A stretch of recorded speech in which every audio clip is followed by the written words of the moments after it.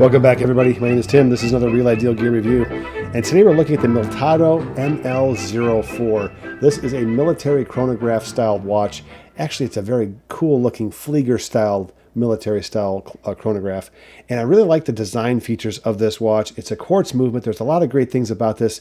And there's a couple of things that, I don't understand why they did a certain thing here when it comes to the color, because it just doesn't seem right. But we'll talk about that a little bit later when we get to the finish. So let's go through the 5 things we typically go through, which are size, fitment, finish, accuracy, and then legibility and lume. So the size of this watch, it is a 39 millimeter by 11.8 millimeters tall off the wrist. Great proportions. This is a great fitting watch on the wrist. Take a look at this watch on the wrist. I think it's a very well balanced watch. It's a very well balanced look. It's not too big. A lot of times these military chronograph watches get really big. You got to fit all 3 dials, in this case subdials, and to do that, oftentimes they make the watch case very, very large and sometimes very tall. In this case, I think they kept the proportions very well in check. You used a quartz movement. You have a 39 millimeter wide diameter case. And so to me, everything is fine. It's a little hard to see the subdials because the case is a little bit smaller, but the subdials are hard to see on a 43 or a 44 millimeter cased chronograph anyway. So I don't think you gain much by adding 3, 4, 5 millimeters to the case diameter. The crown on this watch is excellent texture. It's a great size. I can easily grab it with my fingers. The pushers on this are also a great size. Everything about the crown, the pushers, that whole 2 o'clock, 3 o'clock, and 4 o'clock side is excellent. The fitment of this watch is based off of an excellent leather strap. This is one of my favorite leather straps as far as just initially getting it. It has plenty of flexibility. It's also tough.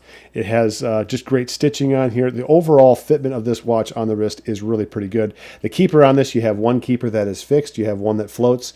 And actually, it does a great job of keeping the tag end of that strap tight and nice and tucked in on the watch strap. Great pin and buckle. So overall fitment for this watch is great. The strap fits really well in between the lugs. There's no play back and forth.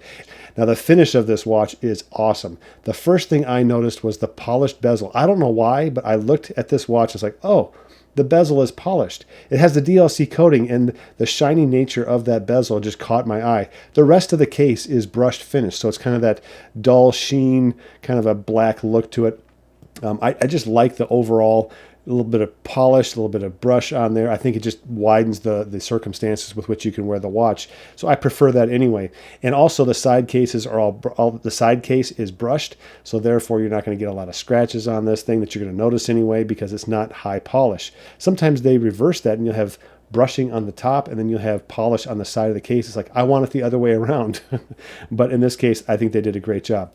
Now, as far as the finish of the dial, great placement. I prefer the subdials to be at the 12, 9, and the 6 o'clock position. This also has a day-date window, so there's a lot of stuff inside this chronograph. In some ways, it's a little bit busy, but for me, it's one of those watches where you have to take your time, just slow down. What is it that you're trying to get? Put your glasses on, Tim, and read it. It's fine. And again, even if it was a bigger case, I think I'm going to have to put my glasses on and slow down anyway if you're going to be using the subdials for measurements of any kind. Now, the subdials that you have here are the running seconds at the 6 o'clock position. You have a 60-minute counter at the 12 o'clock position, and you have a 12-hour counter at the 9 o'clock position.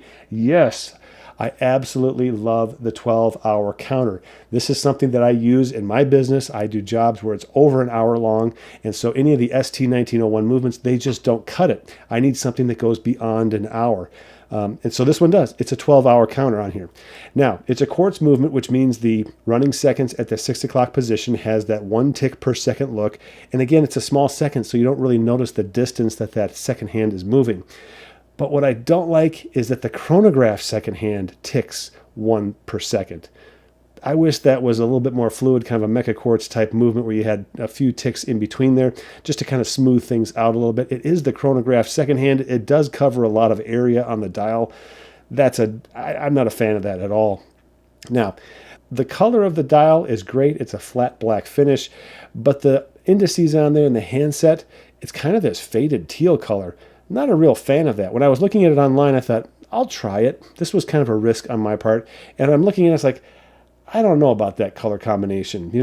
Part of it is it's the contrast and the legibility of it suffers as a result. So I would prefer something a bit more bright on this dial. you have the white stitching on the leather, and the faded teal, I'm not sure that it actually goes 100% with this color combination. It's kind of a weird thing. I was talking to my wife about that, and she didn't really think it went well together either. Maybe this is one of those artistic moments where, being a non-artistic guy, I just don't get it.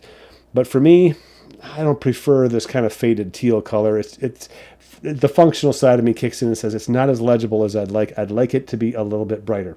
So moving on, I love the dial layout. I love the dial finish. I love the handset on here. It's the Flieger Pilot style handset. You've got the Flieger triangle at the 12 o'clock position. All of the hour markers are great. You have the 1, 2, 4, 5, 7, 8, 10, and 11, and then you have the quarter hours, which is the 12, 3, 6, and 9. Those are non-numbered. I love the organization of it. I love the quartering of the dial, so to speak, in that way. So I think it's just great as far as telling the time. And again, a 39 millimeter, it's about as small as I could go. I think with a chronograph, I have one that's a little bit smaller than this. And honestly, the subdials are just too small to really get a whole lot of information from them. Now the day-date window, it's okay. Here's my other complaint.